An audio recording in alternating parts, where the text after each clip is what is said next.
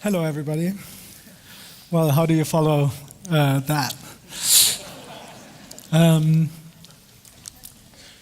this work? So yeah, my name is Richard Tay. I am from Germany originally. I studied in Berlin, and now I live in New York, and I work at the Google Creative Lab. And I'm going to talk about interaction design. I've always been really excited about technology. I had a design education, but I always was really interested about how technology influences the things that we do as designers. I always thought the tools that we have are incredibly powerful, but at the same time, I also always thought they're really limiting. So I'm going to talk about a couple of projects that are about how we interact with technology and information.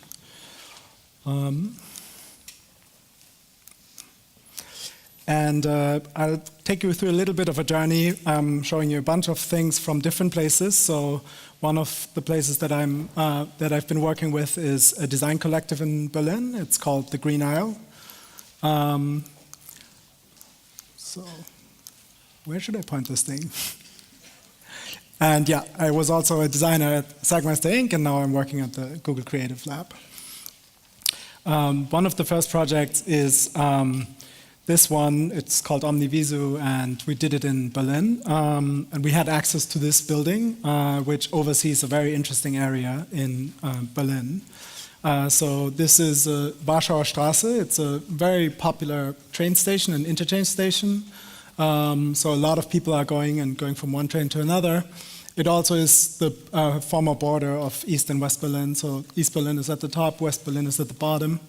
And at the bottom of this arrow, you see where the building is. And we were interested in the spot at the top of the arrow. And so what we did was we placed this box on the street. And so whenever you would look into the box, so this is where the box is located, and you had like a direct line of sight to that building. And whenever you would look into the box, your eyes were projecting onto the building. So here's a little video of this.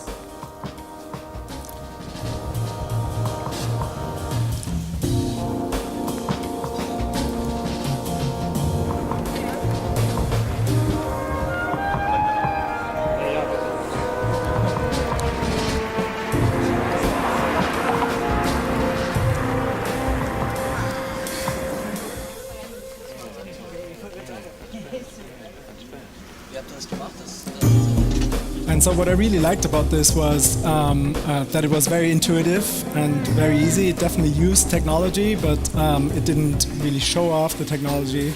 And actually the most interesting stuff was what happened among the people that were interacting with this. So because it's this public space, say the Turkish kiosk owner suddenly would start speaking with the kind of right-wing soccer fans. And I thought that was really powerful. This was like a shot from above, so sometimes we would sit in there was nothing happening, you just have these big windows, and suddenly there's these huge eyes appearing, almost like King Kong peering into the building. And so especially the simplicity of the interaction was something that I was really excited about, and so we tried to actually go even further with that. So at the time, there were a lot of these kind of like interactive pieces where you have to walk up to this wall and make a little dance, and then it's kind of like a little magic mirror or something like that. And I thought that was almost a bit insulting to an audience. So we thought, okay, how can we make the most interactive, most multi-user, most generative thing there is? And so we came up with this. Which is basically just a big wall. And the wall consists of a grid of bright orange stickers. So you can walk up to the wall and you can take out the stickers and you can leave little white dots, or you can leave a little letter or a sentence or a little icon. And so if multiple people are using this and interacting with it, it becomes this big collaborative two-dimensional space, and people are reacting to each other's things. And as you can already see, this is the wall, but because they're stickers, they have to go somewhere else, so they end up on the wall next to it, and on the wall behind it, and so they slowly leave that wall, go into the room, go into the building. they end up on people. And so this was exhibited at Ars Electronica, even though it doesn't use any electronica at all. And this is a time lapse of 4 days of people playing with it. One of the nicest stories that we had was our friend from London. He flew into Austria to see this festival, and then he went back to London, and at Heathrow Airport there was like a little orange sticker.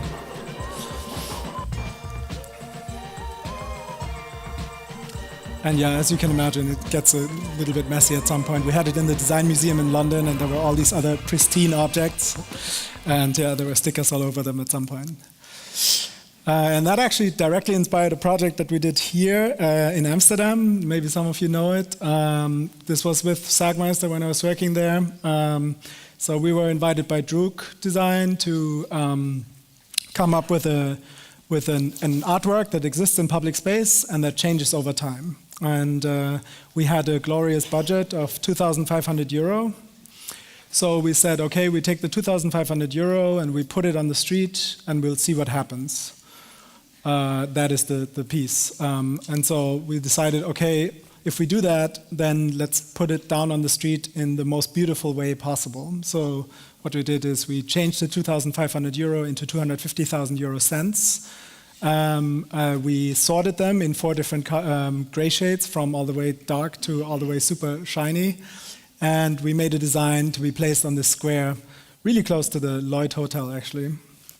And so this was kind of like the master plan and the design. I made it in Illustrator and Photoshop, and then wrote this script that divided up into these convenient tiles that we had on that square. So we had these templates for people to put down the coins. And so here you can see the gray shades really, really nicely. And this is 1 week of setup in Amsterdam. No rain, it was amazing. About 100 volunteers helping us a whole week, and the 250,000 coins. And so this is how it looked at the end. It's part of Sagmeister's series, Things I've Learned in My Life So Far, and it says, obsessions make my life worse and my work better. So it's clearly a very obsessive project. And then there was the opening, and it was a Saturday, and it was really cool, and there were like 20 other pieces, and we were really excited about what would happen. And of course, people started interacting with it, playing with the coins. Somebody added 10 cents, that was very nice. And there were kids, they didn't care at all, of course, and going crazy. And so it was the evening after the opening, we went out, and we had no clue what would happen, but of course our rationale was, well, we put it down really beautifully, but also if somebody would go there and fill all their pockets with the coins, they would walk away with maybe 5 euros. Even if you go there with like a big bag and would fill it, yeah, you couldn't get that far. But the next morning at 11 a.m., we went there, and we saw this.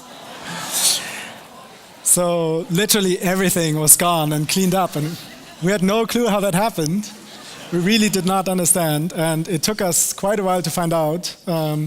Actually, from a neighbor who was living in an adjacent building, and so in the morning there were these kids, 2 kids. They came with buckets and they started filling the coins into that.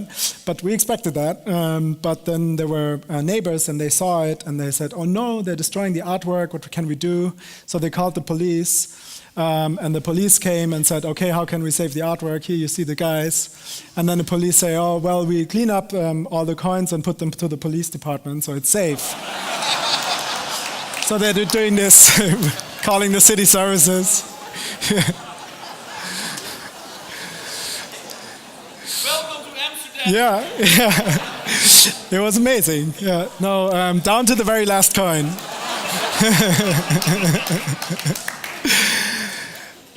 So it didn't even exist for 24 hours. At least we took this photo. So yeah. And we could have, these are invaluable pictures. And now to something completely different. I now work at the Google Creative Lab in New York, and it's a little bit complicated to explain what we actually do there and how it's set up. So we have these little slides. So we're a group within Google, 40 to 50 people. We're made up of a bunch of designers, some writers, some creative technologists, filmmakers, producers, marketing people, and the leadership. But usually it's not really made up in this like very neatly manner. The way we actually work is kind of like this, in this kind of loose, somewhat chaotic groups of people according to different projects. And it's we're an internal group, but we work with many different pieces of Google. And sometimes it's all the way at the end of advertising and branding, and it goes all the way to actually experimenting with Google products or actually consulting and working on the products themselves.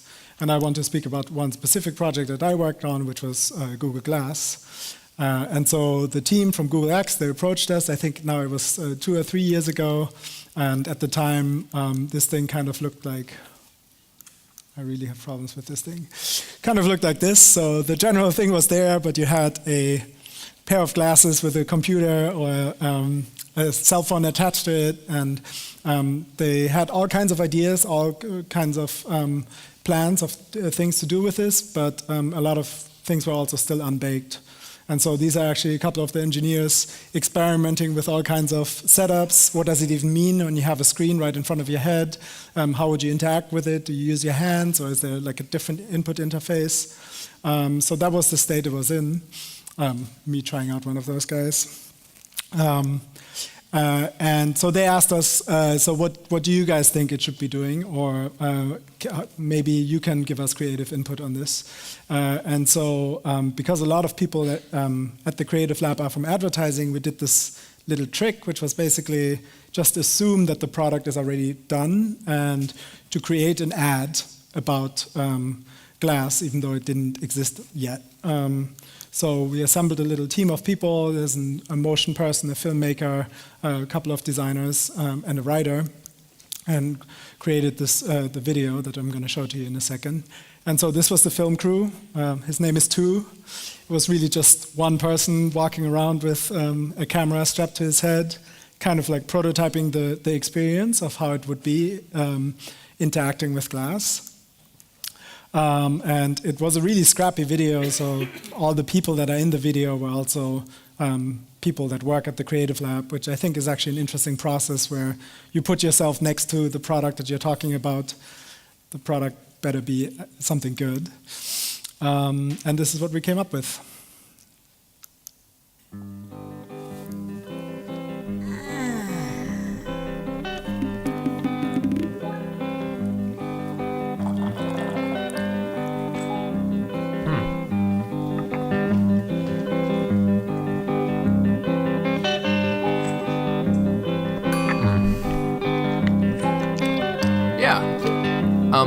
Meet me in front of Strand Books at 2.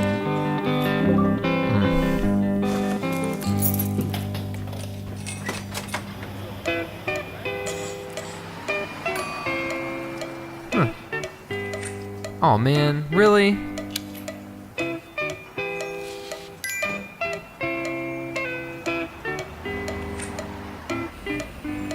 Hey there, guy. Hey there, little guy. Sweet. Remind me to buy tickets for Monsieur Gano tonight. Where's the music section?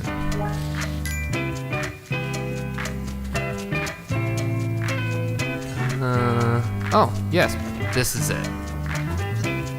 Is Paul here yet? Huh. Hey, dude, how's it going? Want to go check out that new place I was telling you about? Sure. This truck's really good. Hey, just a second. Cool. Good to see you again. Thanks, man. Just got a new place in Alphabet City. See you, dude. Whoa, cool. Take a photo of this. Share it to my circles. Oh, I'm running late. Music, stop.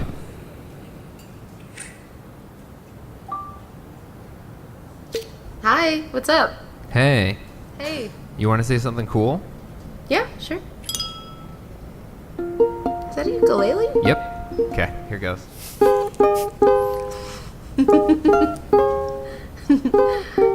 That's beautiful.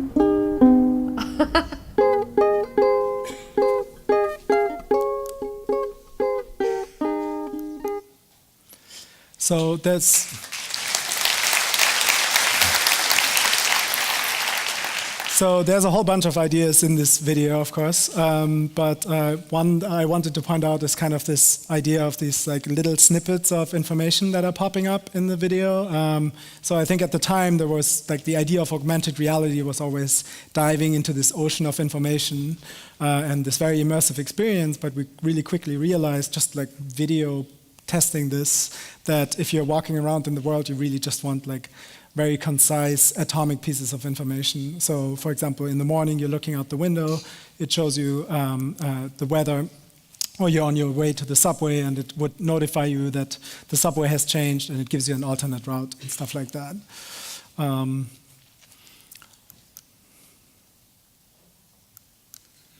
And so this actually was never planned to be a public video. It was only meant for the internal team. And we sent it to them and they really, really liked it. And they said, OK, let's just build exactly this right away. And they actually did. So there was one prototype for the operating system that was really based on this. I've only seen these designs from the UX designers internally. I've never actually tried it, but apparently it failed dramatically and didn't work at all. So I think what worked in the video as like something to show off all our ideas worked, but then as an actual operating system didn't make sense. However, the device itself had come a long way. This is how they've been working, like month after month, coming up with a new prototype. And so then the question really was, what do you put here into this tiny peripheral display that sits above your eye? And so they invited us back to participate in the design sprint about the operating system. And these are some of the ideas that we came up with that have made it into the product. So one of them was basically, we all went from like desktop applications, say in the browser or computer, to mobile phones, and it was this big step for all designers to like come down to this small screen. But in a way, it actually also it's complicated in a way, but in another way, the experience is actually more pleasant because it's more focused, and you have one thing at a time. And so in a way, going to glass is almost one step further. And so you even have to reduce things even more. And so we got rid of all kinds of like app launchers or complex menus. Instead, we really have like one line, one strip of individual cards, and that is all you interact with, if that is an application or a piece of information. The other notion is with these cards, you basically really have this thing. Like computers are very, very good at multitasking, and I think we've built a lot of applications to be good at multitasking as well, but I think humans are actually not that good at multitasking, and especially if you're walking around in the world. So we had this other principle, which was really to only have one thing at any given time. So if you're reading a message, you only see one message. If you're recording a video, you only record that one video, and that's the activity you're currently in. The notion of time and memory was very important with glass. So we already have like all these other devices, and probably all of us have some kind of archive, either it's on a hard drive or it's in the cloud, where we have all our stuff. Then maybe on your laptop you exchange every 2 years. Maybe you have your photos from last year on your laptop. On your mobile phone, you might scroll down on your emails for the last week or so. So where does that leave glass? In a way, you shouldn't be using glass for doing any of these other activities. Instead, it could or should be like this very lightweight thing where you don't worry about memory or missed emails from a month ago, etc. So we said the one big focus for Glass is really to focus on the moment and the now. And that also was very inspired by this other product by Google, which is called Google Now, which tries to give you exactly the right information when you need it. One very simple and good example about this is flights. So if you have an upcoming flight, Google will surface that information to you. So on Glass, we made Google Now a very important thing. So you're walking up to the airport and you have the flight card right there. You don't have to search in your emails, etc. And the other thing is people in the engineering team, they're basically taking away a lot of work for the visual designers because they're making stuff like voice work really well. So if you can just say, how do you say half a pound in Chinese, and you get the translation back right away, there's not even that much need for a visual design at that point anymore. So there's this buzzword of no UI, and I think Glass is actually coming pretty close there. And just from a graphic designer's perspective, it's really interesting to design these cards because it reminded me almost of poster design because everything has to be recognizable really quickly, and you have to have a super clear hierarchy, and you have to, anything that is not relevant just gets cut out and you take it out. And the whole process was really interesting because the real commercial that came out with the launch was done by two filmmakers, that's Tu and Minji, and then at the same time we were working with the product team going back and forth designing stuff. So that's Chris McKenzie and myself, and there's Alex Chen, who's not in this picture. There was often a dialogue where it was about, well, we want to put this into the video, but it doesn't look right yet, so maybe we actually change it in the real product, and then a week later it's changed in the product, and we couldn't put it in the real video, and I think that was a really interesting iterative process. And so a year later, there was an engineer from the Glass team, and he made this poster which was taking apart the video that you just saw and all the individual features and what is actually happening there. And he checked what things actually exist, and the things that were pure sci-fi at the time, and the things that are pure sci-fi at the time but actually already work. So green is built, yellow is in process, and red is not built. So looking out the window and getting the weather is in there. Indoor maps at Strand Books doesn't work yet. But that was I think it's actually pretty good progress. And I think, I don't know how we are with time. Over, okay. So thank you very much.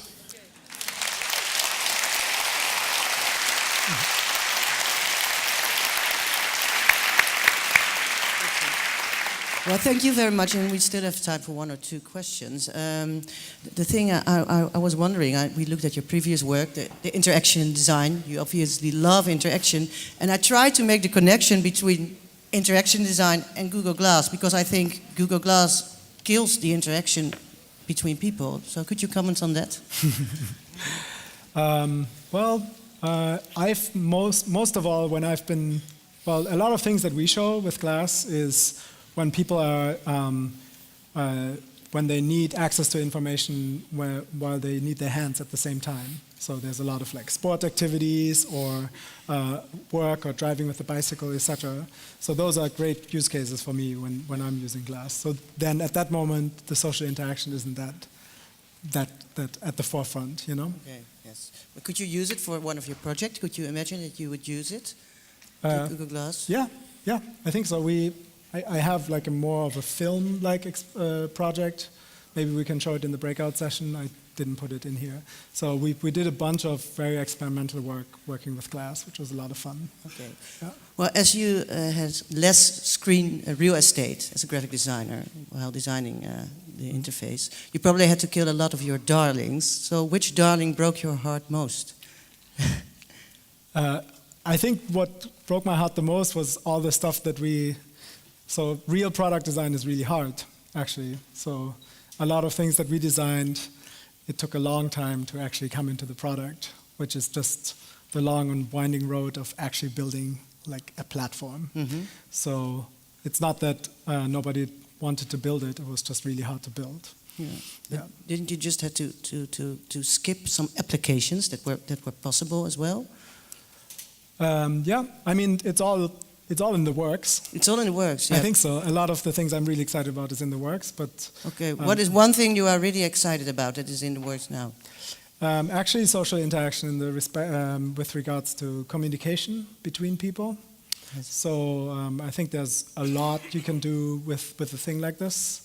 And we spec'd a whole bunch of things that I cannot really tell No, you but about. I heard one thing, and I wonder: is it true that they're working on contact lenses instead of the glass? They actually released something, but it's not a display. It's a sensor, and it's for a medical application at this point. But this is only the beginning, of course. You never know. He's not allowed to say anything. Okay, well, thank you very much for being here. Richard Tay, thank you. Thank you.